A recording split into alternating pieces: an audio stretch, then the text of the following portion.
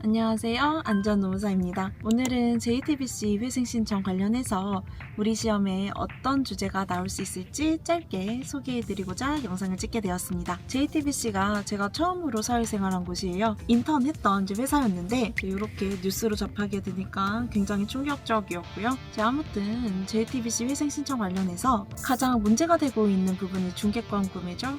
올림픽이랑 월드컵 중개권을 단독으로 구매를 했는데 공식적인 발표 금액은 아니고요. 업계에서 추정하는 금액이 7천억 원 정도 한다고 해요. JTBC 수익 구조도 문제가 있는 것으로 보이는데 JTBC 드라마 제작 그리고 IP를 계열사인 SLL에서 보유하고 있는데 JTBC 지분이 2.8%밖에 되지 않는다고 해요. JTBC가 돈을 잘 벌어도 모기업인 컨텐츠린 중앙으로 흘러가는 구조죠. 그리고 2022년에는 보유한 예능, 드라마, IP까지 계열사에 466억 원을 넘기면서 JTBC 스스로가 미래 수익원을 포기하는 구조로 전환이 되었습니다. 그 이외에도 SL의 상장 관련해서도 여러 가지 논란이 있는데 왜 JTBC 경영진들이 이러한 합리적이지 않은 의사결정을 하게 됐는지 관련한 이론들이 출제 가능성이 높겠죠. 경영진은 합리적 의사결정을 추구해야 되지만 현실에서는 여러 가지 제약 조건으로 인해서 합리적인 의사결정을 하지 못하게 되는 이유를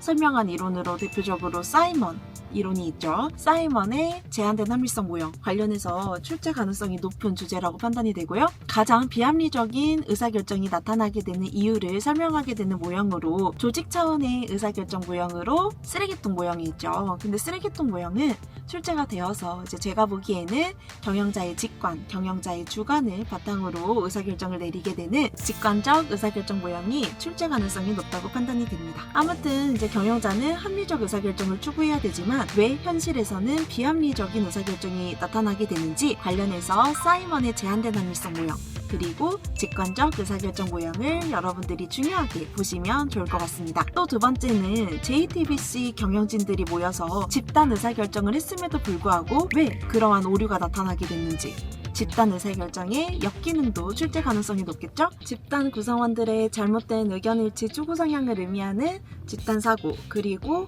잘못된 규범에 비판 없이 동의하는 규범의 동조 이런 것들 출제 가능성이 높으니까 집단 의사결정의 역기능도 중요하게 보시고요. 이러한 역기능을 극복하기 위한 기법 집단 의사결정의 여러 가지 기법 있죠? 브레인스토밍, 델파이 기법, 명목 집단법 이런 것들도 여러분들이 극복 방안으로 정리를 해주시면 될 것 같습니다. 그리고 마지막으로 가장 중요한 거 윤리 경영이죠. 도덕적이고 사회적인 관점에서 기업 경영을 하는 게 장기적 생존을 위해서 중요하다는 거죠. 윤리 경영은. 그래서 윤리 경영도 특일급 주제로 여러분들이 정리를 해주시면 좋을 것 같고요. 가장 중요한 거는 리더십이죠. JTBC 구성원들은 불안하고 혼란스럽겠죠. 지금 JTBC 법인 카드도 바뀌었다고 하는데 직원들 입장에서는 불안하고 혼란스럽겠죠. 그래서 경영진에 대한 신뢰를 회복하는 게 가장 중요해요. 그래서 신뢰를 회복하기 위한 리더십으로 첫 번째 중요한 거는 도덕적 관점에서 의사결정을 추구하는 윤리적 리더십 중요하고요. 두 번째는